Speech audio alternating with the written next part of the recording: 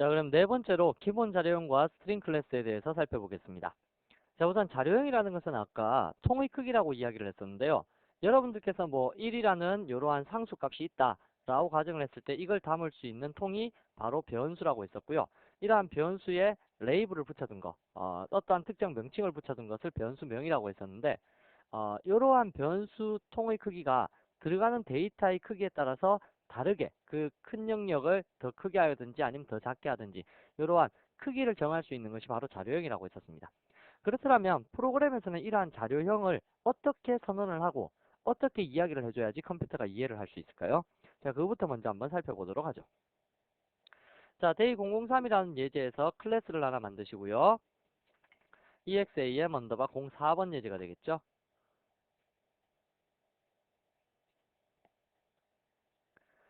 자, 네 번째 예제를 만드시고 여기에서 우리가 뭐 어떤 영역의 데이터를 선언할지는 모르겠지만 가장 기본적으로는 void main 안에서 데이터를 선언할 겁니다. 방금 전에 이야기했다시피 1이라는 숫자를 기억하기 위해서 공간을 하나 만든다라고 가정을 해봅시다. public static void main 항상 프로그램의 시작점이라고 그랬죠. string ar이라는 위치를 하나 잡아두고요. 자, 이 영역 안에서 1이라는 숫자 하나를 저장하겠습니다. 그렇다면 여러분들은 컴퓨터에게 명령을 내려야 됩니다. 1을 저장하기 위한 공간 한 개를 선언해 주세요. 이러한 식으로 컴퓨터에게 명령을 내려줘야 될 텐데 이것을 한글로 한국 사람이 개발했다라면 뭐 이러한 식 비슷하게 얘기를 했겠죠. 그러면 한국 사람이 개발했다고 치고 그러면 공간을 어떻게 만들면 좋을까요? 1이라는 데이터 저장하기 위한 공간. 그래서 작은 공간 한 개를 딱 선언했는데 작은 공간에 대해서 이름이 있어야 되겠죠. 그래서 데이터라는 이름으로 해서 여기에다가 무슨 값을 1을 넣겠습니다. 이러한 식으로 선언을 해주는 방식을 아마 한국 사람들이 개발했다라면 이렇게 개발을 했을 것 같네요. 그런데 이건 분명히 뭐 외국에서 개발이 된 거니까 선 마이크로 시스템사에서 개발된 거니까 이 모든 단어들이 다 영어로 되어 있겠죠. 그래서 공간을 나타내는 거 우리도 이야기할 때 작은 공간 요걸 작은 공간 하나를 만든다. 데이터라는 이름으로 하나 만들겠다. 이를 저장하겠다. 이러한 식으로 쓰듯이 외국 사람들이 직접 만들 때도 이 작은 공간에 대해서 특정 명칭을 하나 붙여놨어요. 그래서 그 공간의 크기를 바이트 단위로 나눠놨는데요. 여기서 여러분들께서 한 가지 하실 것이 컴퓨터라는 것이 대화하기 위한 수단으로 사용하는 것이 0과 1이라는 전압이라고 있습니다. 그래서 0이나 1이라는 이러한 숫자를 전해주게 되면 걔네들이 그러한 신호를 모스 신호처럼 받아들여갖고 데이터를 이해하고 해석하게 되는데요. 그러한 0과 1, 그 두 가지를 묶어둔 단위가 바로 비트라는 단위입니다. 그래서 컴퓨터는 가장 최소 단위가 비트라는 단위인데요. 비트는 0과 1을 표시하는 최소 단위가 되는 겁니다. 이 단위는 컴퓨터가 이해하기 위한 단위입니다. 그래서 이러한 단위를 쓰게 되면 여러분들은 컴퓨터에 이야기를 할 때 항상 0, 1로밖에 대화를 못합니다. 자, 이렇게 대화를 하다 보면 좀 답답하겠죠. 그래서 이렇게 0과 1로 대화하는 이러한 방식의 프로그램이 바로 저급 언어들이고요. 우리는 지금 고급 언어를 다루고 있죠. 그래서 이러한 비트들을 몇 개 묶어놨어요. 묶어놓으니까 크기가 커지는데 여러분들 상상 한번 해봅시다. 그러면 1비트가 나타낼 수 있는 한 개의 비트 가지고 나타낼 수 있는 경우의 수가 몇 가지입니까? 당연히 두 가지가 되겠죠. 왜? 0과 1밖에 없으니까. 0이 나타나는 경우나 1이 나타나는 경우. 그렇다면 두 비트가 있다라면 경우의 수는 몇 가지가 될까요?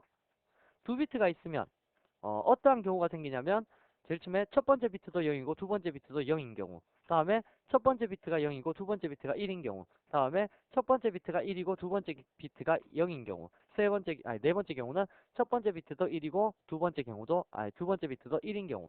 이렇게 해서 총 몇 가지가 나타나냐면 네 가지가 나타나게 됩니다. 이러한 비트의 경우의 수, 이러한 건 여러분들 고등학교 때나 중학교 때 수학 시간에 좀 배워보셨을 법한데요. 여하튼 경우를 나타내는 숫자들이 몇 가지 모이면 나타낼 수 있는 경우의 수가 달라진다는 거 알고 계시겠죠? 그게 공식이 2의 여러분들이 표시하고자 하는 비트 수. 다시 말하면 2의 2승, 2의 1승 이러한 식으로 비트 수의 경우의 수가 나타나게 됩니다. 그러면 이제 한번 봅시다. 3비트가 나타낼 수 있는 경우의 수는요. 당연히 8가지가 될 거고요. 4비트는요. 당연히 2의 4승 얼마입니까? 16가지가 되겠죠. 다음 5비트는 32가지. 다음 6비트는 64가지. 다음에 7비트는 128가지. 다음에 8비트는 8비트는 256가지. 자, 이러한 식으로 비트를 계속 묶어보게 되면 그 단위가 2배씩 이렇게 커지게 되는데요. 그만큼 나타나는 경우의 수가 많아진다는 얘기입니다. 그런데 저급 언어에서는 이러한 비트 가지고만 이야기를 했다고 치면 고급 언어에서는 바로 이러한 비트들을 몇 가지 묶어놓고 그것의 단위를 정해놓고는 요만큼의 단위를 최소 단위로 하자. 그래서 고급 언어의 단위는 8비트가 최소 단위가 됩니다. 그래서 8비트를 그냥 8비트 이렇게 이야기를 하면 이게 최소 단위인지 아닌지 모르기 때문에 여기에 단위를 하나 붙여놨어요. 8비트를 어떻게 해요? 1바이트라고 표시하자라고 해서 우리 고급 언어에서는 바이트라는 것이 최소 단위가 되는 겁니다. 그래서 1바이트는 그럼 몇 가지 경우의 수를 나타낼까요? 당연히 256가지의 경우의 수를 나타낼 수 있다라는 뜻이 되겠죠. 자, 그렇다면 여러분들이 작은 공간의 데이터를 하나 선언하겠다라는 의미는 영어로 바꾸면 1바이트의 공간을 하나 선언하길 할 텐데 이름은 데이터라고 할 것이고 여기에는 1을 대입하겠다. 자, 이제 보니까 어느 정도 이 형식이 프로그램적으로 보이시죠? 자, 이렇게 데이터를 선언을 할 수 있는데 우리는 보통 어떤 앞에 거 연산되면 이제 연산된 결과값이 뒤로 나타난다라고 수학 시간에 배웠을 텐데요. 컴퓨터에서는 뒤에 것이 연산되어서 앞으로 대입된다. 그러니까 1이 연산되어 갖고 앞으로 대입된다. 이러한 식으로 계산을 합니다. 그래서 항상 이코를 보시게 되면 뒤에 걸 먼저 연산을 하시고 그것을 앞으로 대입시키는 방법을 취하시기 바랍니다. 그래서 이 데이터라는 이름은 사용자 정의 명칭입니다. 뭐 AAA라고 적어두셔도 관계는 없습니다. 이 데이터 대신에 A 뭐 이러한 식으로 공간의 이름은 여러분들이 정하시기 나름이라는 얘기입니다. 자, 그런데 문제는 1바이트 데이터를 정했을 때 1바이트 데이터에 정수만 들어갈지 실수만 들어갈지 그런 것도 잘 모르시겠죠. 그렇다면 얘를 좀 더 상세하게 정의를 내려본다라면 선언을 해본다라면 1바이트의 정수 저장 공간 AAA라는 곳에다가 1을 저장하겠다. 뭐 이러한 식으로 적어야 되는데 그러다 보면 앞의 글자가 상당히 길어져 버리겠죠. 그래서 여기에 대해서 닉네임을 붙이기 시작했어요. 공간의 크기에 대해서. 정수 데이터를 1바이트 저장하기 위한 어떤 특정한 닉네임. 그러니까 별칭이죠. 별칭을 뭐 바이트로 한다든지 아니면 2바이트 정수를 저장하기 위한 공간의 별칭은 뭐 쇼트라고 한다든지 이러한 식으로 닉네임을 붙여놨습니다. 그래서 여러분들께서 앞으로 데이터를 선언하실 때는 제일 처음에 자료형 이름, 자료형 닉네임이라고 하죠. 닉네임. 그 다음에 변수명. 아까 변수명은 공간에 대한 특정한 이름이라고 했습니다. 하고 이퀄 초기값. 초기값. 대입할 값을 얘기하는 겁니다. 최값이 되어버렸네요. 초기값. 자, 이러한 식으로 데이터를 선언해서 사용을 할 수가 있다라는 겁니다. 그래서 예를 들어보면 뭐 인티저 x는 1 이러한 식으로 지금 현재는 바이트 단위죠. 바이트 x가 아니고 AAA는 1 이러한 식으로 데이터를 처리해 줄 수가 있다는 얘기입니다. 지금 요 얘기를 하려는 겁니다. 자, 이 중에서 변수 선언할 때 바이트라는 이러한 닉네임에 대해서 이제부터 알아보자 라는 것을 여러분들께 설명을 드리려고 하는 겁니다. 자, 그렇다면 이러한 자료형, 방금 전과 같이 통의 크기에 대한 자료형은 크게 세 가지로 나눠볼 수 있는데요. 첫 번째는 그 네 가지로 나눠보는 게 좋겠네요. 첫 번째는 논리형 자료형, 논리만 나타낸다 라고 해서 true 내지는 false를 기억할 수 있는 자료형입니다. true, 맞다, 틀리다 이거죠. 그래서 그 두 가지만 기억하기 때문에 바이트 수가 그렇게 클 필요는 없습니다. 그러니까 고급 언어적인 측면에서 봤을 때는 최소 바이트 수인 1바이트로 true 내지는 false를 기억시킬 수 있으니까 불리한 자료형은 1바이트입니다. 그러나 이러한 자료형은 1바이트 전체를 사용하는 것이 아니고 1바이트의 일부만 사용해서 맞다, 틀리다 그 두 가지만 나타내죠. 제가 조금 전에 1바이트로 나타낼 수 있는 경우의 수가 256가지라고 이야기를 했었는데 불리언은 고작 두 가지만 나타내면 되기 때문에 256가지를 다 쓸 필요가 없죠. 그러다 보니까 다른 자료형들과 호환이 안 됩니다. 그래서 형 변환 자체가 불가능한데요. 형 변환이라는 것은 여기에 담겨 있는 자료를 다른 곳에 옮겨다가 담는 작업 이러한 것을 못한다는 얘기입니다. 일단 요거 중요한 개념이니까 알아두시고요. 뒤에 가셔서 형 변환 얘기가 나오면 그때 가서 좀 더 상세하게 설명을 드리도록 하죠. 자, 그래서 불리언이라는 자료를 딱 선언하시게 되면 방금 전에 보이드 메인에서 우리가 데이터를 선언을 하게 되면 어떠한 일이 일어나게 되냐면 여러분들 메모리 제가 일자 메모리로 그렸었죠.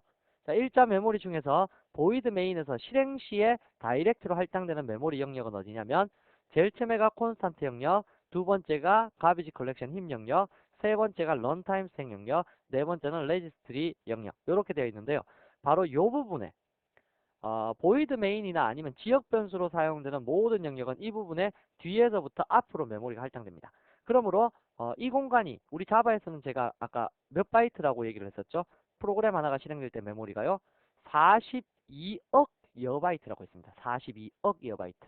이 억이라는 단위 상당히 큰 단위입니다. 그래서 42억 여바이트만큼의 공간이 프로그램 하나당 할당이 되는데요. 그 중에 요 영역상의 뒤에서부터 앞으로 메모리가 할당이 되는데 여기에 뒤에 딱 1바이트, 1바이트만의 공간을 사용을 해서 무엇을 나타내냐면 불리언값 하나를 할당을 시킨다. 뭐 그러한 의미가 된다는 얘기입니다. 불리언 자료형 한번 선언해 보도록 할게요. 자, 어떻게 선언을 하시냐면 불리언의 자료형은 BOOLEAN 그 자료형 닉네임을 먼저 적죠. 그 다음 변수명. 변수명은 쉽게 합시다. 우선 첫 번째로는 A라고 하겠습니다. A라고 해서 이렇게 선언만 해두셔도 되는데요. 잠시 후에 초기화에 대한 이야기를 다시 또 할 텐데요. 반드시 여러분들이 지역 변수를 선언하시게 되면 얘는 자동 초기화가 안 됩니다. 그래서 이 안에는 어떠한 값이 들어있냐면 쓰레기 값들이 들어있거든요. 엉뚱한 값들요. 메모리가 원래 가지고 있는 엉뚱한 값들. 그래서 얘는 반드시 초기화를 시켜주셔야 되는데 그 초기화 방법은 equal이라는 것을 적으시고 이 뒤에 값을 넣어주시면 됩니다. 근데 조금 전에 제가 불리언은 무슨 값만 가질 수 있다고요? 그렇죠. true 내지는 false의 값을 가질 수 있다고 했습니다. 그래서 필요하다면 맞다, 틀리다라는 값을 이렇게 표시해 주시면 되는데 이거 내지는 false라는 값, 이 둘 중에 한 가지를 적을 수 있다는 얘기입니다. 이건 추석 처리라는 거 이미 배우셨죠? 뭐 아실 테니까 프로그램에 영향 안 미치는 부분. 그래서 true라고 이 부분에 적으셔도 되고 false라고 적으셔도 됩니다. 주의하실 점은 이렇게 적으셨을 때 싱글 쿼테이션 마크 이래버리면 안 됩니다. 싱글 쿼테이션 마크 안에는 문자 하나만 딱 들어갈 수 있고요. true 내지는 false는 나타낼 수가 없습니다. 그러면 더블 쿼테이션 마크는 되느냐? 더블 쿼테이션 마크는 문자 열을 나타내는 거기 때문에 역시 안 됩니다. 그래서 더블이나 싱글 쿼테이션 마크 절대 적지 마시고요. 그냥 단어 그 자체로 true 내지는 false 적을 수 있습니다. 그리고 여러분들 이클립스 사용하시다 보면 이렇게 약간 자주색빛 나는 이러한 색깔로 변하는 것들이 있는데 이것들이 전부 다 뭐냐면 예약어들입니다. 그래서 여러분들 예약어 제가 사용자 정의 명칭으로 쓸 수 없다 그랬던 거 있죠. 사용자 정의 명칭은 이런 변수명들이 사용자 정의 명칭이고요. 이러한 걸로 쓸 수 없다고 했던 이러한 예약어들 잘 알고 계셔야 될 겁니다. 그래서 보는 대로 아 저런 건 예약어구나 이렇게 이해를 해 주시면 될 겁니다. 그래서 불리언이라는 변수는 이렇게 선언을 한다라는 것 알아두시고요. 여러분들 출력 문구를 이용해서 한번 같이 출력도 해볼까요? 이거 어차피 뒤에 가서 다시 출력 문구 배우시게 되겠지만 이미 우리는 hello java라는 거 출력해 보셨잖아요. 그래서 system.out.println a는 a 이렇게 출력을 하시면 됩니다. 여기 플러스 연산자는 무슨 뜻이냐면 앞에 있는 문자열에 이어서 a라는 요 변수 속의 값을 출력하겠다 그겁니다. 더블 쿼테이션 마크는 화면에 그대로 뜨는 데이터의 내용을 얘기하는 거고요. 더블 쿼테이션 마크가 없으면 그것은 요 변수를 나타내는 겁니다. 그래서 더블 쿼테이션 마크 있는지 없는지 잘 보시고 판단을 하시면 되겠죠. 싱글 쿼테이션 마크 마찬가지고요. 싱글이나 더블 쿼테이션 마크는 그 데이터 자체를 나타내는 겁니다. 그래서 아무것도 없이 아무런 표시도 없이 A라고 적혀 있으면 이게 요 속의 공간값. 그래서 true라는 값이 요게 딱 나타나게 된다는 얘기입니다. 그래서 A는 true. 요게 화면상에 뜨게 되겠죠. 자, 이러한 가장 기초적인 자료형인 논리형 자료형이 있다라는 거고요. 화면이 조금 지저분하네요. 일단 지우고. 자, 그래서 불리언이라는 자료형은 true 내지는 false 둘 중에 하나의 값만 저장할 수 있는 공간이다 라는 얘기입니다. 자, 두 번째 자료형으로는요. 정수형 자료형을 이야기해 볼 수 있는데요. 정수형 자료형은 총 4가지가 있습니다. 정수형 자료형은 첫 번째 바이트라는 닉네임이 있고 short라는 닉네임이 있고 character라는 닉네임이 있고 integer라는 닉네임이 있습니다. 요거 int라고 읽으셔도 되는데요. 보통 integer라고 많이 읽습니다. 알아두시고요. 자, 이 4가지가 있는데 또 한 개 더 있죠. 그 long이라는 자료형도 역시 마찬가지로 정수형 자료형입니다. 실수할 뻔했네요. 그래서 총 5가지의 자료형이 정수형 자료형이고요. 이 자료형들 반드시 외우셔야 됩니다. 자료형은 무조건 기초입니다. 그래서 외우셔야 되고요. 바이트는 1바이트를 담기 위한 통. 제가 앞서 설명드렸을 때 탁구공 담는데 뭐 축구공 담을 만한 상자는 필요 없겠죠. 그래서 탁구공 담으려면 탁구공이 들어갈 만한 상자 정도만 선언해 주시면 되는데 바이트라는 요 닉네임을 가진 자료형은 1바이트짜리 자료형입니다. 그래서 걔가 담을 수 있는 숫자의 범위는 마이너스 128에서 플러스 127 정도만 담을 수 있어요. 다른 언어 같은 경우에 특히 C 언어 같은 경우에는 그 이상의 숫자를 담아도 다른 값으로 뭐 물론 엉뚱한 값이겠지만 다른 값으로 변환되어 나타나는데 자바는 이 범위 수를 벗어나서 입력을 해버리게 되면 에러가 발생하게 됩니다. 컴파일 에러죠. 그래서 첫 번째 있는 바이트는 요만큼의 범위에서만 데이터를 담을 수 있다라는 거 기억을 해두셔야 될 겁니다. 한번 담아보도록 하죠. 자, 그러면 두 번째로 여기에 정수형 자료형에서 바이트라는 자료형으로 이번에는 위에 A 이미 똑같은 이름은 밑에서 또 선언할 수 없습니다. 여기서 A 또 선언해버리면 이건 에러입니다. 에러. 왜? 이미 여기에 A가 있거든요. 그래서 같은 파일 요 같은 블록 내부에서 여기 블록은 보이드 메인에서부터 여기까지겠죠. 같은 블록 내부에서 똑같은 이름은 같은 변수명으로 사용할 수가 없다라는 거 꼭 기억해 주시고요. 그러나 대소문자가 틀리면 그건 가능합니다. 자바 언어는 대소문자를 구별하는 언어거든요. 그래서 대소문자 틀리게 이렇게 잡는 거는 관계없이 사용을 할 수가 있게 된다라는 뜻입니다.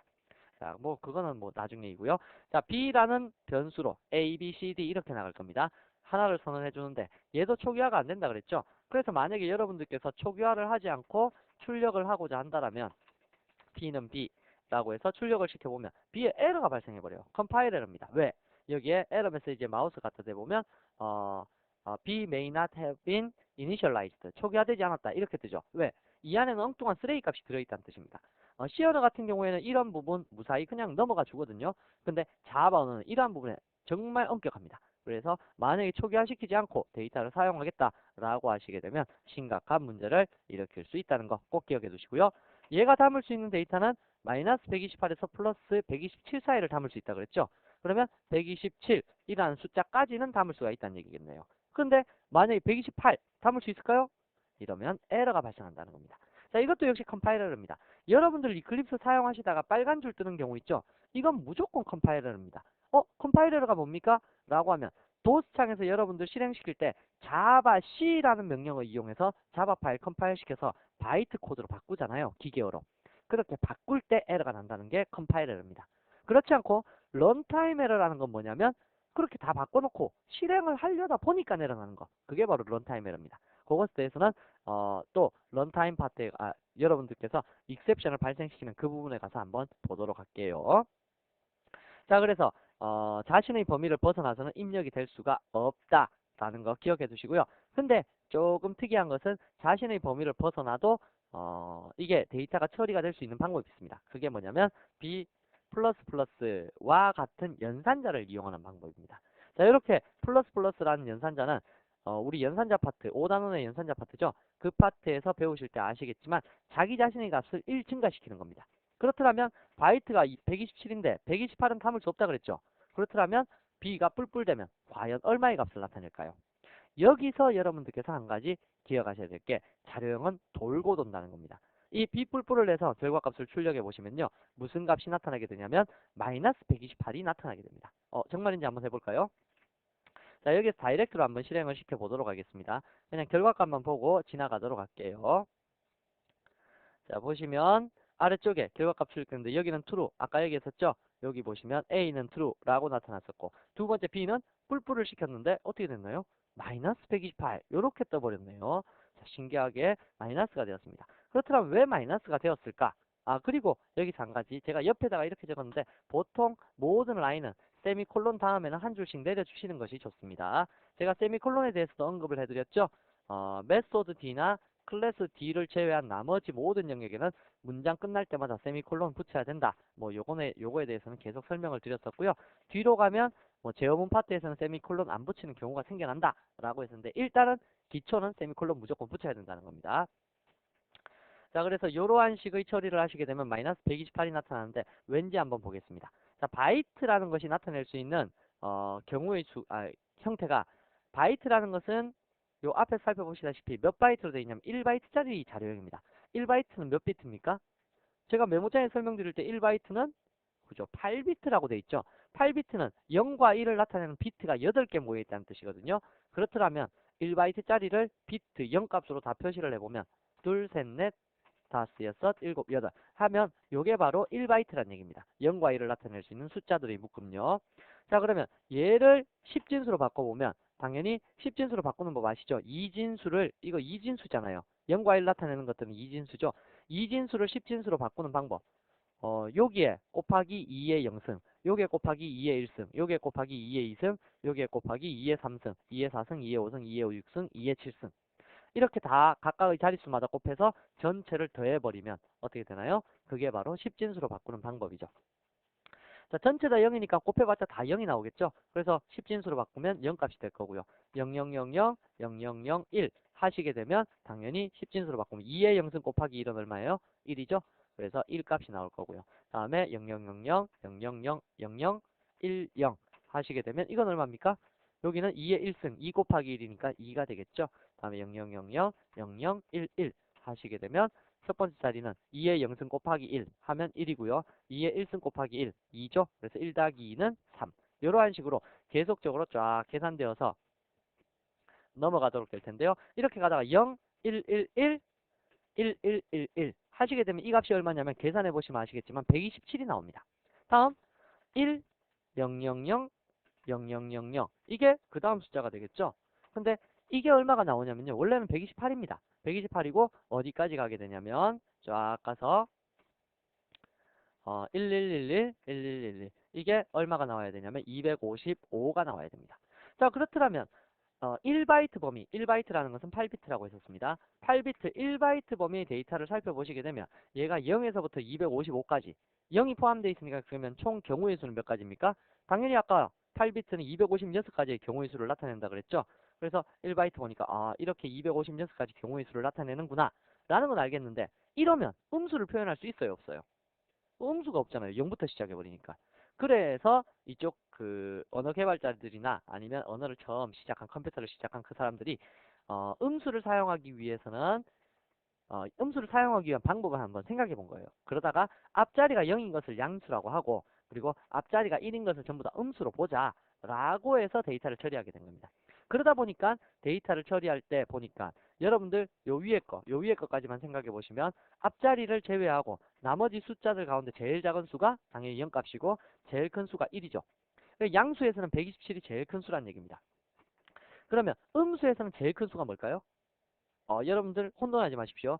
음수에서 제일 큰 수는 마이너스 1이 제일 큽니다. 그죠? 그래서 앞자리 1을 제외하고 나머지 숫자로 다 봤을 때 다 1인 거. 얘가 제일 큰 수여야 되겠죠. 그래서 얘가 마이너스 1인 겁니다. 마이너스 1. 이거 혼돈하지 마시고요. 그래서 1111, 1110 하시게 되면 얘는 마이너스 2. 이러한 식으로 위로 올라가 보니까 요 값은 얼마가 나오냐면 마이너스 128이 나오더라는 얘기입니다. 그럼 결론적으로 아까 거에 다시 한번 붙여서 표시를 해보게 되면 여기까지 표시된 데이터까지가 127. 양수로 나타낼 수 있는 최대 숫자가 127이 딱 나오고요. 그 다음으로 딱 넘어가면 마이너스 128이 나온다는 얘기입니다. 한 칸이 더 증가되면요.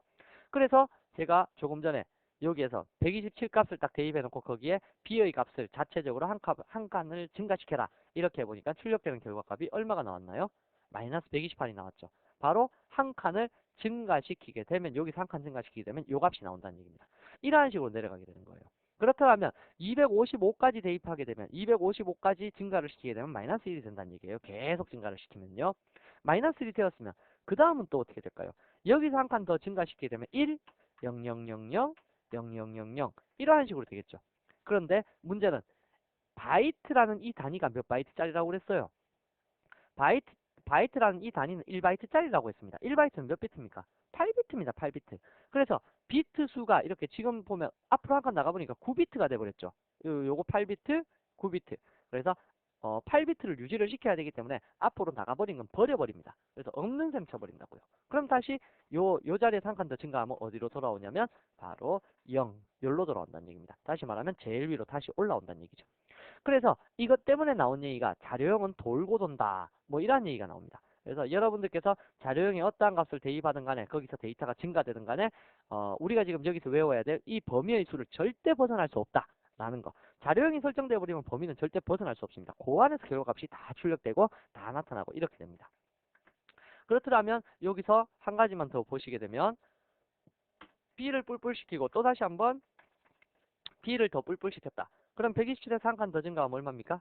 마이너스 128. 거기서 한 칸 더 증가하면 마이너스 127이 되겠죠. 그래서 여기서 아까 그 그림에서 생각해 보시면 그렇게 될 겁니다. 실행을 시켜보시게 되면 마이너스 127이라는 거고요. 또 증가시키면 어떻게 될까요? 마이너스 126, 125, 124 이러한 식으로 해서 마이너스 1까지 갈 거고요. 마이너스 1에서 만약에 한 칸을 더 증가시켰다. 그러면 얼마가 될까요? 그러면 0값이 된다라는 뜻입니다. 그래서 여러분들께서 이러한 데이터들 어떻게 처리가 되는지 잘 이해를 해두시고요. 자료형이 돌고 돈다는 거는 바이트라는 자료형만 해당되는 게 아니라 바이트가 그나마 범위가 제일 작기 때문에 이렇게 설명을 드릴 수가 있었었고요. 그렇지 않고 다른 거 자료형 큰 것들은 이러한 비트 수를 또 더 많이 적어야 되기 때문에 설명하기가 난해합니다. 그래서 이거하고 똑같은 원리로 돌아간다는 거 꼭 기억해 두시고요. 그래서 1바이트짜리 자료형은 나타낼 수 있는 범위의 수가 마이너스 128에서 플러스 127. 다시 말하면 2의 7승에서부터 2의 7승 마이너스 1까지 요까지 나타내는 경우의 수를 나타낸다 라는 거 알아두십시오. 이거 2의 7승이라는 공식은 뭐냐면요. 음수와 양수를 나타내기 때문에 1바이트가 몇 비트입니까? 8비트죠. 8비트에서 한 개의 비트를 뺀 겁니다. 그래서 2의 7승이 마이너스 2의 7승. 그래서 나타낼 수 있는 최저 경우의 수고요. 다음에 최대 경우의 수는 2의 7승 마이너스 1.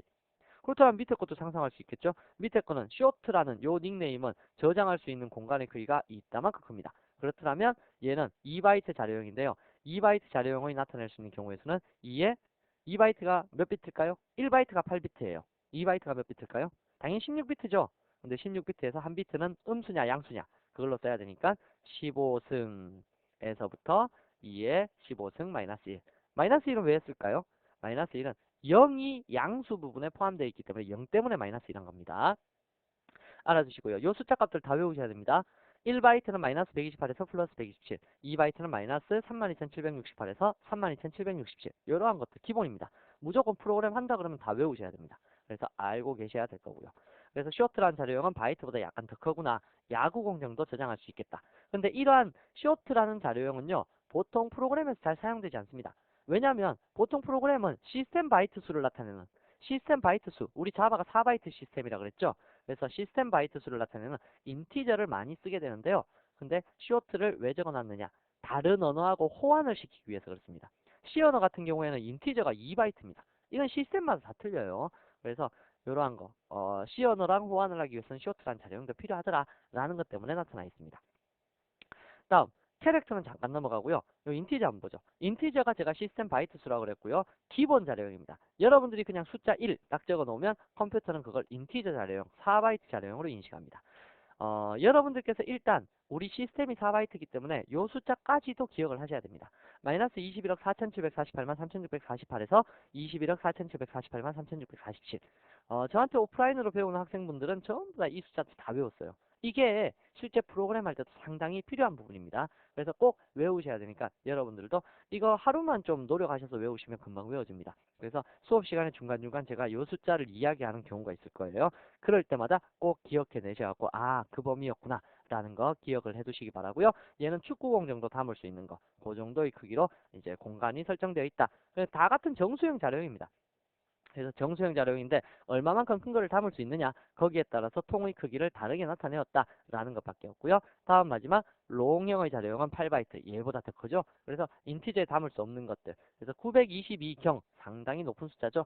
여기에서 플러스 922경까지 다시 말하면 2에 마이너스 2에 63승에서부터 왜 8바이트가 1바이트가 8비트라고 그랬죠? 8비트가 8개 모였으니까 88에 64, 64비트인데 여기서 마이너스 1. 첫 번째 비트는 부호비트이기 때문에 63승에서부터 2에 63승 마이너스 1. 0값 때문에 마이너스 1 한다고 했었습니다. 그래서 표시를 해줄 수 있다라는 겁니다. 이만큼. 그래서 여러분들께서 은행 같은 곳에서 돈을 계산할 때 사실 은행에 돈 계산할 때는 더블 자료형을 쓰는데요.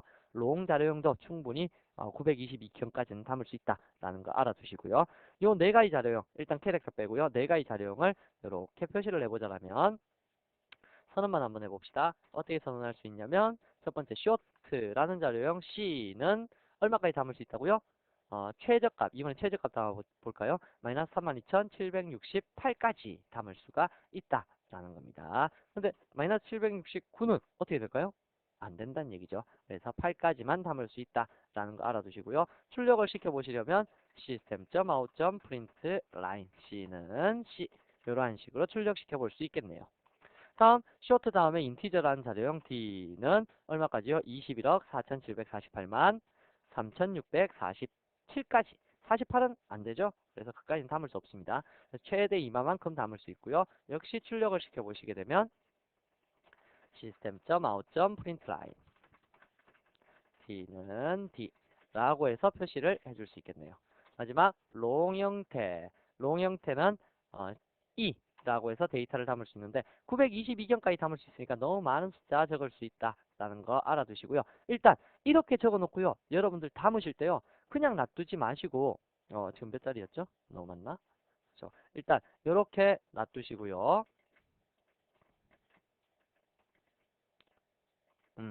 그렇죠. 자, 이렇게 놔두시고 여러분들께서 데이터를 저장하실 때 한 가지 기억하셔야 될 게 있는데요. 여러분들께 자바 프로그램에서 일반 데이터를 그냥 숫자를 적게 되면 제가 아까 기본 자료형이 인티저라고 했었죠. 인티저. 그렇기 때문에 숫자가 너무 커버리면 이걸 전부 다 인티저로 해석을 해버립니다. 누가요? 자바의 컴파일러 그렇죠. 그래서 여기 약속된 단어가 있어요. 뭐라고 적기 원하냐면 기본 자료형인 인티저보다 큰 자료형들에 대해서는 선언을 할 때 반드시 L이라는 단어를 붙여서 선언을 하자라는 식으로 약속이 되어 있습니다. 방금 전에 빨간 줄 있다가 L 붙이니까 빨간 줄이 없어져 버렸죠. 그래서 여러분들께서 인티저보다 큰 자료형 선언할 때는 L을 붙여서 표시하자라는 겁니다. 요거 꼭 기억하십시오. L. 근데 문제가 있네요. 소문자 L을 딱 기재해갖고 저장을 해도 아무런 문제가 없습니다. 그러나 소문자 L과 숫자 1이 구분이 되십니까? 안 되시죠. 그래서 소문자 L 대신에 롱 형태에서는 대문자 L을 많이 씁니다. 그래서 대문자 L을 딱 쓰면 시스템은 얘는 인티저 형태가 아니고 롱 형태구나 라는 식으로 판단을 한다는 얘기입니다. 인티저보다 작은 자료는 관계가 없어요. 왜? 이미 최소 4바이트까지는 컴퓨터가 기본적으로 준비를 해놓고 있거든요. 그래서 준비해놨다가 그거보다 적게 들어오면 적은 자료형 그냥 담아버리면 되는 건데 그거보다 큰 자료형이 들어올 때는 미리 컴퓨터에게 알려줘야 됩니다. 야, 지금 엄청나게 큰 자료형 들어가니까 준비하고 있어. 이러한 식으로 시스템에게 알려줘야 될 필요성이 있기 때문에 여러분들께서는 롱 형태를 표시할 때는 반드시 대문자 L이라는 것과 함께 써서 표시를 해주시기 바랍니다. 그렇다면 얘를 테스트해 보시게 되면 다음과 같이 데이터들을 다 표시를 할 수가 있다라는 뜻입니다. 여하튼 자료형이라는 것은 통의 크기를 얘기하는 거고 그 통의 크기에 데이터를 담을 수 있다는 겁니다. 자, 그러면 이러한 정수형 자료형 중에서 이제 캐릭터라는 자료형 남아 있고요. 다음으로 실수형 자료형인 플로트와 더블, 그 다음에 클래스 자료형인 스트링 클래스 이러한 것들 남아 있네요. 이 부분도 다음 살펴보도록 하겠습니다. 자, 정수형 자료형 중에서 한 가지가 남아 있는데요. 바로 캐릭터라는 자료형이 남아 있습니다. 이 캐릭터라는 자료형은 2바이트 데이터를 나타내는 정수형 자료형이기도 하지만 옆에 보시면 제가 뭐라고 적어놨었냐면 문자형 자료형이라고 적어놨습니다. 자, 이 문자형 자료형이라는 것은 문자 데이터를 나타낼 수 있다는 뜻인데요. 문자도 엄밀하게 얘기하면 컴퓨터에서는 숫자입니다. 그래서 정수형 자료형으로 분류가 되는데요. 자, 문자형 자료형이라는 것은 예를 들어갖고 여러분들 A라는 문자 아시죠? 이 A라는 문자도 사실 숫자로 65, 대문자 A는 65라는 숫자하고 매칭이 됩니다. 이러한 식으로 여러분들께서 문자를 표시할 경우가 있고 숫자를 표시해야 되는 경우가 있을 겁니다. 그럴 때 사용하는 자료형이 바로 캐릭터라는 자료형입니다. 이 캐릭터 자료형은 문자형을 지원하기 위한 자료형으로 나타났다라는 거고 문자 데이터를 지원하기 위해서는 음수 데이터가 굳이 필요가 없습니다. 그래서 쇼트랑 같은 2바이트 자료형인데도 불구하고 마이너스 32,768에서 플러스 32,767이 아니라 0에서부터 나타낼 수 있는 경우의 수인 65,535라는 이러한 개수. 그래서 총 65,536개가 되겠죠. 6개의 문자 데이터 집합을 나타낼 수 있다는 겁니다. 다른 언어 같은 경우에 캐릭터가 1바이트로 되어 있는 경우가 종종 있는데요. 그러한 경우에는 얘는 라틴 원계열의 문자 체계를 사용할 수 있다는 얘기입니다. 쉽게 얘기하면 영문자 체계. 영어 문자 해봤자 크게 많지 않잖아요. 28개의 글자. 대소문자 해봤자 26개의 문자. 대소문자 해봤자 52개. 뭐 이러한 식으로 키워드 몇 개 포함하고 이렇게 하기 때문에 실제 문자의 데이터가 127번까지의 데이터로 ASCII 문자의 타입으로 전제를 하고 있는 것이 바로 1바이트 문자 체계고요. 우리가 지금 사용하려는 이 캐릭터는 2바이트 문자 체계로서 유니코드를 나타내는 문자 체계입니다. 그래서 여러분들께서 이 문자 체계를 사용하실 때는 다음과 같은 선언법을 사용하실 수 있습니다. 자, 조금 다른 파일을 만들어서 표시를 해보자면요. 클래스 exam 언더바 05 자, 사용을 해보시면 public static void main 자, 여기 보시면 캐릭터로 A라는 문자를 하나 선언을 하겠다. A라는 변수 공간을 선언을 하겠다. 라고 했을 때 제가 아까 0에서부터 65,535까지 저장할 수 있다 그랬죠? 그래서 65라고 저장을 하셔도 되고요. 두 번째로 캐릭터로 B라는 것을 선언하는데 이번에는 얘한테 캐릭터일 경우에만 가능한 문자 선언 방식이 있습니다. 그게 뭐냐면 싱글 코테이션 마크. 이때까지 싱글 코테이션 마크는 나오지 않았죠. 싱글 코테이션 마크에서 A라는 문자 한 개, 두 개는 안 됩니다. 그래서 문자 한 개를 넣어서 표시할 수도 있습니다. 다음 마지막 유니코드 체계에서 사용할 수 있는 문자 체계로서요. 유니코드 고유 표식을 사용할 수 있습니다. 이것은 표기하기도 편하고 데이터를 해석하기도 편하게 하기 위한 방식인데요. 싱글 코테이션 마크를 쓰는데 제가 방금 전에 싱글 코테이션 마크 안에는 문자 하나만 딱 적을 수 있다고 그랬죠. 근데 특이한 경우로 역슬러시 U라고 적게 되면 그 뒤에 16진수 숫자 4자리를 적을 수 있습니다. 16진수 숫자 4자리를 적게 되면 0041이라고 적었는데 요 16진수기 때문에 계산해 보시면 첫 번째 자릿수 곱하기 16의 0승, 두 번째 자릿수 곱하기 16의 1승 해보시게 되면 이것도 역시 마찬가지 65라는 숫자가 나옵니다. 자, 이러한 식으로 문자가 2바이트이기 때문에 여러분들 요거 한번 생각해 보세요. 16진수 한 자리가 몇 가지 경우의 수를 나타냅니까? 당연히 16진수니까 16진수는 어떠한 진수를 얘기하는 거예요? 0, 1, 2, 3, 4, 5, 6, 7, 8, 9 다음에 10 대신에 뭐를요? A, B, C, D, E, F 라고 해서 F가 15라는 숫자까지 나타나는 거. 그래서 총 몇 가지 경우의 수입니까? 요거 따져보시면 16가지의 경우의 수를 나타낼 수 있죠. 그래서 16가지 경우의 수를 나타내는 것이 바로 16진수 한 자리입니다. 그렇다면 16진수 한 자리는 몇 비트에 해당할까요? 16가지 경우의 수를 나타내는 비트 수. 아까 거 한번 생각해 볼까요? 1비트가 몇 가지 경우의 수를 나타낸다고요? 2가지 경우의 수. 2비트가요? 4가지 경우의 수. 3비트가 8가지 경우의 수. 4비트가 16가지 경우의 수를 나타낸다라고 아까 설명을 드렸었죠? 그렇다면 16진수 한 자리는 몇 비트에 해당하냐면 4비트에 해당합니다. 4비트요. 그렇다면 4비트, 요거 하나가 4비트입니다. 그럼 옆에도 4비트. 요 두 개 합치면 8비트. 8비트가 몇 바이트예요? 아까 얘기했었죠? 8비트가 1바이트라는 얘기입니다. 1바이트. 그렇다면 8비트짜리 두 개 있으니까 1바이트, 2바이트 하게 되니까 총 2바이트. 그래서 캐릭터는 2바이트를 표시하기 위한 서식으로 역슬래시 U라는 유니코드 고유 서식을 사용할 수 있다는 겁니다. 여기에 역슬러시라는 단어가 나오는데요. 이 역슬러시는 특정 제어 문자를 표시하고자 할 때, 문자 형태를 제어하고자 할 때 사용하는 서식으로 많이 씁니다. 문자를 제어할 때 쓰는 서식요. 그러면 제가 제어 문자라는 이야기 나왔으니까 몇 가지 제어 문자만 알려드리도록 할게요. 우선 제어 문자들도 전부 다 숫자하고 매칭이 되어 있습니다. 요거 일단 출력을 해보고 문자 매칭 만들어 볼까요? 요거 A도 한번 출력을 해볼 거고요.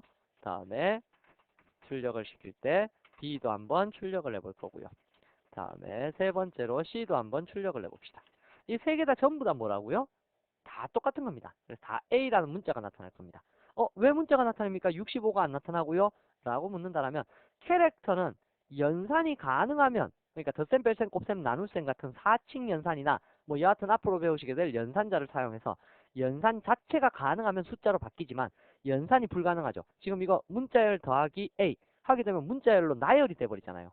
그래서 연산이 불가능한 상태에서는 문자 자체의 값을 띄도록 만들어 되어 있습니다. 그러면 65라는 숫자가 있다고 해서 65가 뜨는 것이 아니라 65에 해당하는 문자.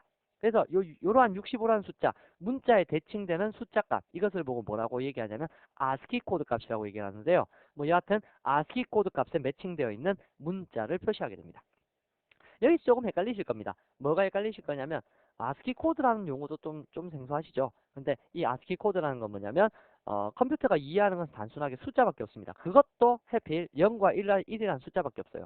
그나마 허용해 준 것이 그러한 비트를 여러 가지 묶어갖고 숫자들의 체계를 만들어 준 건데 그렇다면 우리가 컴퓨터한테 얘기할 때 헬로우라는 걸 얘기한다든지 ABC라는 것을 얘기할 때 이걸 다 숫자로 바꿔줘야 될 거잖아요.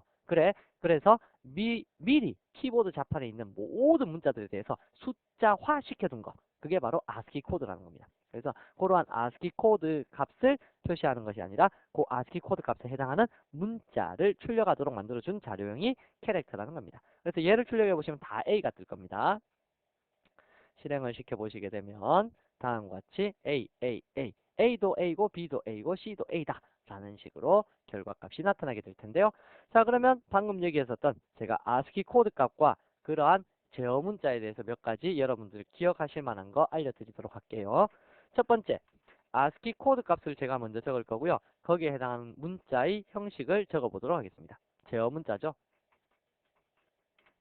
제어 문자 및 일반 문자. 요거에 대해서 알아보겠습니다. 우선 ASCII 코드 0값은 제어 문자로 따지자면 ASCII 코드 0값은 제어 문자로 역슬러시 제로나 혹은 널과 같습니다. 아무것도 없다는 뜻입니다.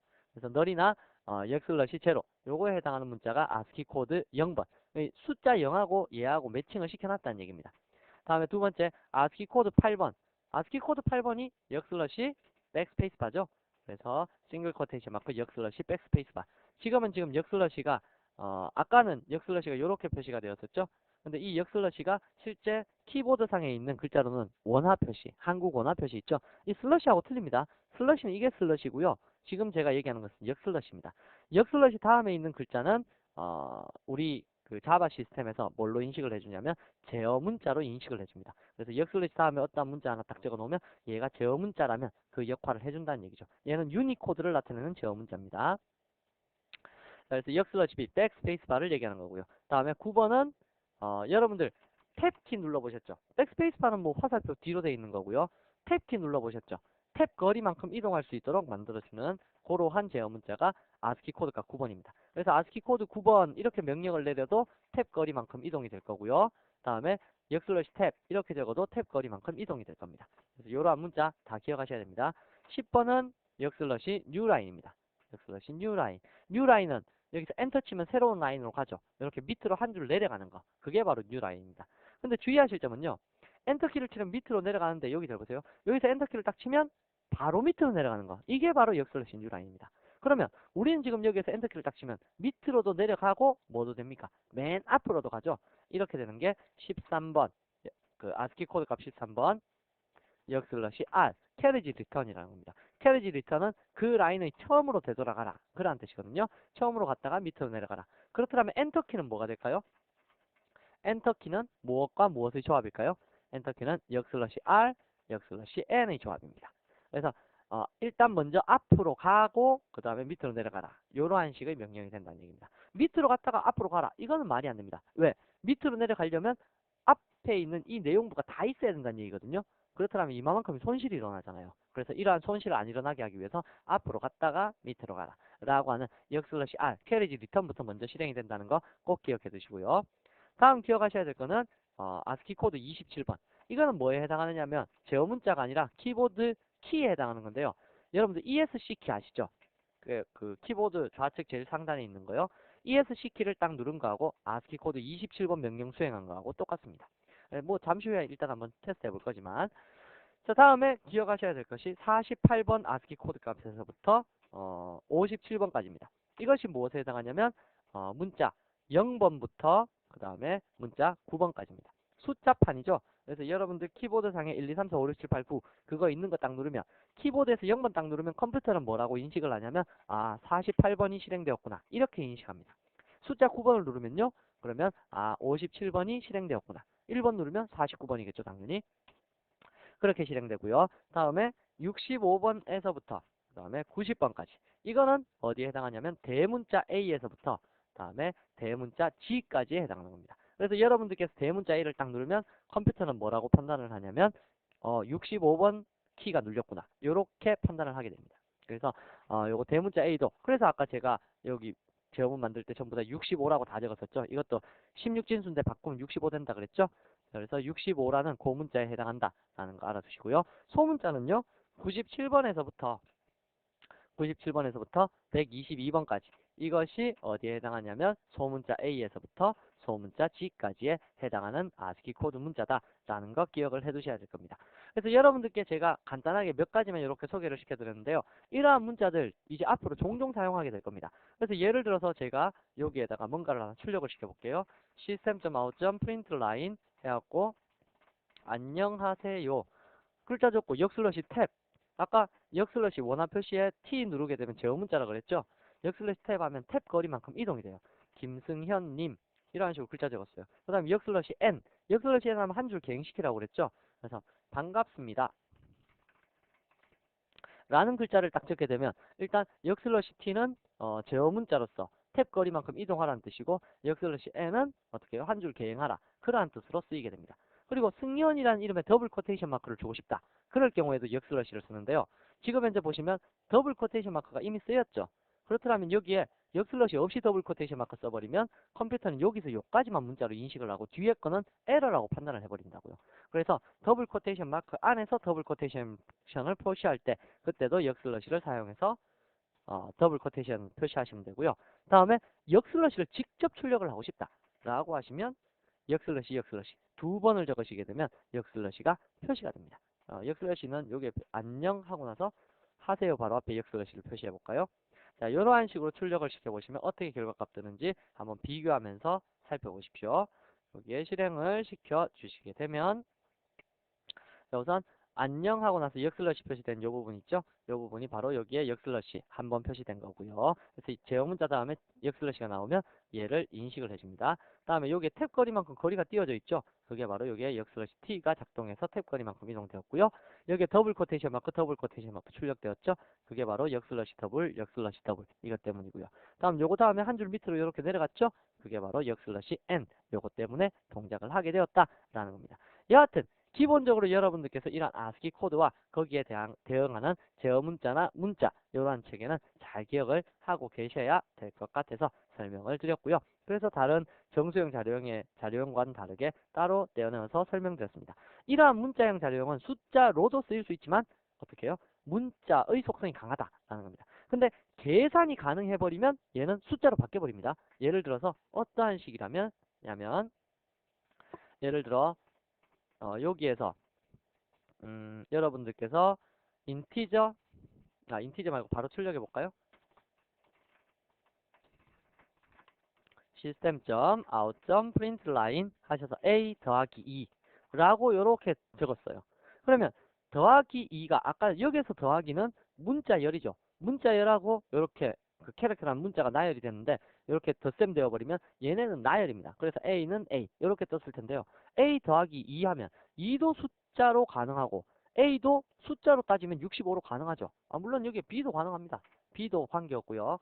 이 a라는 문자도 ASCII 코드 값이 방금 전에 배우실 때 65라고 배우셨잖아요. 그렇다면 덧셈이 가능해져 버리면 얘가 숫자로 바뀌어갖고 얼마가 출력되냐면 67이 출력됩니다. 그래서 맞는지 한번 볼까요? b 플러스 2는 얼마일까요? 라고 해서 이렇게 출력을 시켜보시면 지금 괄호로 묶은 이유는 덧셈 연산은 앞에서부터 뒤로 되니까 괄호로 안 묶으면 문자열로 나열돼 버립니다. 그래서 괄호로 묶은 거예요. 요만큼 연산한 결과값은 뭘까요? 그러면 b 플러스 2는 67 이러한 식으로 뜨게 됩니다. 볼까요? 자, 그래서 실행을 시켜보시게 되면 다음과 같이 b 플러스 2는 67 이러한 식의 결과값이 나타나게 된다는 얘기입니다. 그래서 캐릭터에서 여러분들이 주의하셔야 될 점이 얘가 과연 연산이 가능한가 불가능한가 ASCII의 제어 문자가 어떻게 표시가 되는가 그러한 것들 잘 이해를 해두시고요. 얘도 자료형의 닉네임 중에 하나다라는 거고 이 5가지가 전체 정수형 자료형이다 라는 뜻입니다. 자, 그럼 계속 이어서 다음으로 보시면 실수형 자료형이라는 부분이 나오는데요. 실수형 자료형에서는 여기서는 크게 설명드릴 것이 없습니다. 일단 소수.ei 데이터를 가지고 있는 거 그거를 저장하는 장치인데요. 이 실수형 자료형은 플로트라는 형태와 더블 형태 두 가지밖에 없습니다. 플로트 형태는 4바이트 정도의 데이터를 기억할 수 있고요. 더블 형태는 8바이트만큼의 데이터를 기억할 수 있습니다. 소수점을 가지기 때문에 자료를 섬세하게 소수 이하 부분까지 표시를 할 수 있는데 얘의 기본 자료형은 시스템 바이트 수하고 관계없이 8바이트 자료형이 기본 자료형입니다. 더블 형태가 바로 8바이트인데요. 얘 더블 형태가 기본 자료형입니다. 그런데 얘 같은 경우는 그럼 무조건 소수점만 찍으면 무조건 8바이트로 인식하잖아요. 그래서 4바이트로 좀 작은 자료형 나타낼 때는 4바이트로 표시하기 위해서 요 단어 뒤에는 F라는 아까 롱 형태일 때 L 붙였죠. 그래서 얘한테는 F라는 요랑 기호를 같이 붙여서 선언해 줘야 된다. 그 정도만 기억을 해주시면 됩니다. F 이거 소문자로 적어도 됩니다. 왜? F는 다른 숫자하고 뭐 헷갈릴 만한 게 없잖아요. 그래서 소문자 적어도 된다고요. 자, 그래서 자료형 한번 선언을 해보시자면 다음 예제 만들어서요. 컨트롤 N 눌러서 exam 언더바 06 만들어 놓고 public static void main 하셔서 플로트 형태의 자료형 A는 12.34 이렇게 선언하면 큰일 난다는 얘기입니다. 왜? 12.34라고 선언해버리면 얘는 더블 형태 8바이트로 인식이 되어버린다는 얘기죠. 그래서 8바이트짜리를 어떻게 4바이트짜리에 담을 수 없겠죠. 이제 요렇기 때문에 이제 나중에 형별함 같은 걸 배우는데요. 8바이트는 다시 말하면 축구공을 야구공 상자에 담는 거하고 지금 똑같은 형태입니다. 그래서 얘 같은 경우는 플로트다라고 하는 표식인 F라는 단어를 붙여주셔야 된다라는 거 알아두시고요. 더블 같은 경우는 12.345 뭐 이러한 식으로 출력 가능하다는 얘기입니다. 그래서 F를 붙이느냐 안 붙이느냐 거기에 따라서 데이터 어떻게 처리하는지 그리고 용량이 어느 정도인지 설정이 된다는 거 기억해 두시고요. A는 A. 저 반응이 컴퓨터가 조금 느리죠. 사양이 조금 딸리나 봐요. 자, 그래서 B라고 해서 이렇게 표시를 내보시게 되면 실행을 시켜 보셨을 때 다음과 같이 12.34 그리고 12.345 이 두 가지 데이터 값을 표시할 수 있다라는 겁니다. 크기는 8바이트, 얘는 4바이트입니다. 이걸 좀 더 쉽게 이해를 하시려면 이 플로트라는 데이터는 전체 자릿수가 어디까지 정확한 자리를 나타낼 수 있냐면 7자리까지 정확한 자리를 나타낼 수 있고 9자리까지 표시 가능하다면 얘는 그 두 배인 17자리까지 표시 가능하고 15자리까지 정확한 수를 나타낼 수 있다. 뭐 그렇게 이해를 하셔도 되고요. 잠시 후에 래퍼 클래스 보시면 실제 크기, 최대 크기와 최소 크기 출력을 시켜볼 수도 있으실 겁니다. 그래서 알아두시고요. 마지막 자료형으로 클래스형 자료형이 있는데요. 클래스형 자료형은 요 다음에 배우시는 래퍼 클래스도 있겠지만 스트링 클래스 요거 아셔야 됩니다. 스트링 클래스는 실제로는 클래스입니다. 덩어리 클래스 덩어리 하나인데요. 문자열을 저장할 수 있습니다. 우리가 앞서 배운 이러한 자료형들 앞에서 불리언, 뭐 바이트, 쇼트, 캐릭터, 인티저, 롱, 다음에 플로트, 더블 다 배워봤지만 문자열을 저장할 수 있는 자료형 없었죠. 문자 하나 저장하는 자료형은 있었어요. 캐릭터. 근데 문자열을 저장하는 자료형은 없었습니다. 그래서 문자열 저장하기 위해서 클래스를 잠깐 빌려 쓴 겁니다. 빌렸었는데 요것에 대한 상세한 내용도 스트링 클래스 파트에서 하겠지만 일단은 문자열 저장할 수 있다라는 거하고 한글 처리 잘 된다. 아무 문제 없다라는 거 그 두 가지만 기억해 두시고요. 사용법 두 가지 있지만 위에 거는 일단 기억하지 마십시오. 이거는 클래스 파트 들어가셔서 뉴에 의한 생성을 시켜 보셔야지 무슨 내용인지 아실 수 있을 테니까요. 일단은 일반 자료형처럼 스트링 요때 주의하실 점 첫 글자 대문자라는 거요. 스트링 선언하셔서 변수명 주시고 그 다음에 더블 쿼테이션 마크입니다. 이제는 아까 문자 하나 저장할 때 싱글 쿼테이션 마크였죠. 근데 이번엔 더블 쿼테이션 마크로 데이터를 선언한다라는 거 기억을 해두시자고요. 자, 그래서 얘도 한번 예를 들어보자면 아래쪽에 김승현 한번 적어볼까요? 스트링 네임은 김승현 해서 적어놓고 시스템 점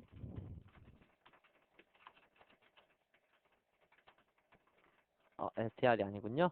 네임. 자, 하셔서 실행을 시켜 보시면 다음과 같이 김승현 이름까지 잘 출력이 될 것이다 라는 것까지 여러분들께서 알아보실 수 있겠네요. 자, 이러한 스트링 클래스에 대해서는 뒤에 더 상세하게 한다고 말씀을 드렸고요. 더블 쿼테이션 마크를 쓴다라는 유일한 자료형입니다. 더블 쿼테이션 마크를 쓸 수 있는.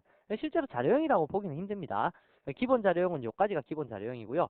다음에 스트링은 클래스입니다. 첫 글자가 대문자이기 때문에요. 소문자로 적으시면 실행 안 됩니다. 컴파일 에러입니다. 그래서 그러한 것들 기억을 해 두시기 바랍니다. 그럼 다음으로 넘어가도록 하죠.